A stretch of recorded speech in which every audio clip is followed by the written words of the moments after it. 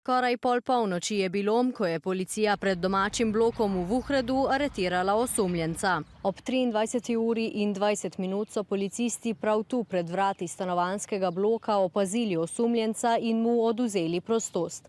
39-letnik se v prijetju ni upiral. Je sodeloval, bil je razumen, priseben in komunikacija z njim ni bila, da bi rekel, otežkočena. Policisti in kriminalisti so osumljenega iskali vse od klica v noči na ponedeljek. Takoj po umoru je osumljeni skočil v reko Dravo, jo preplaval in tako zabrisal sled. Peš se je nato gibal na drugem bregu reke, čez dan pa se je nahajal na več težje dostopnih lokacijah. Moram poudariti, da teren, katerega smo pregledovali, je bil dejansko zelo težko dostopen, strm, nevaren, neprehoden in je imel storilec v tistem trenutku dosti manevrskega prostora, da se nam je izmuznil oziroma skril. Danes so bili domačini nekoliko mirnejši, a pretreseni. Res nerazumljivo in zelo hudo je nam vsem, za gospovi se to zgodilo in pa tudi nam zelo hudo tudi za njega. Iskanju so veliko pripomogli prav klici občanov. Okoli 9. ure v jutranjih urah smo dobili obvestilo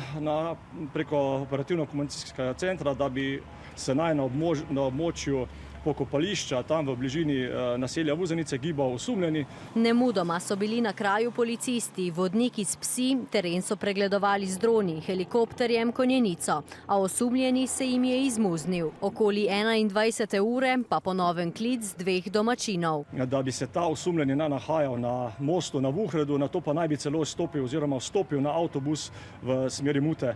Te podatke smo preverili, vendar v tistem trenutku osebe nismo izsledili. Pred polnočjo pa se je osumljeni nato sam vrnil na kraj tragedije. Noža, s katerim je 39-letnik vzel življenje 36-letni partnerici, še niso našli, tudi motiv za dejanje še ni znan. Kako motiv imamo nakazan, vendar trenutno ne morem govoriti o samem motivu.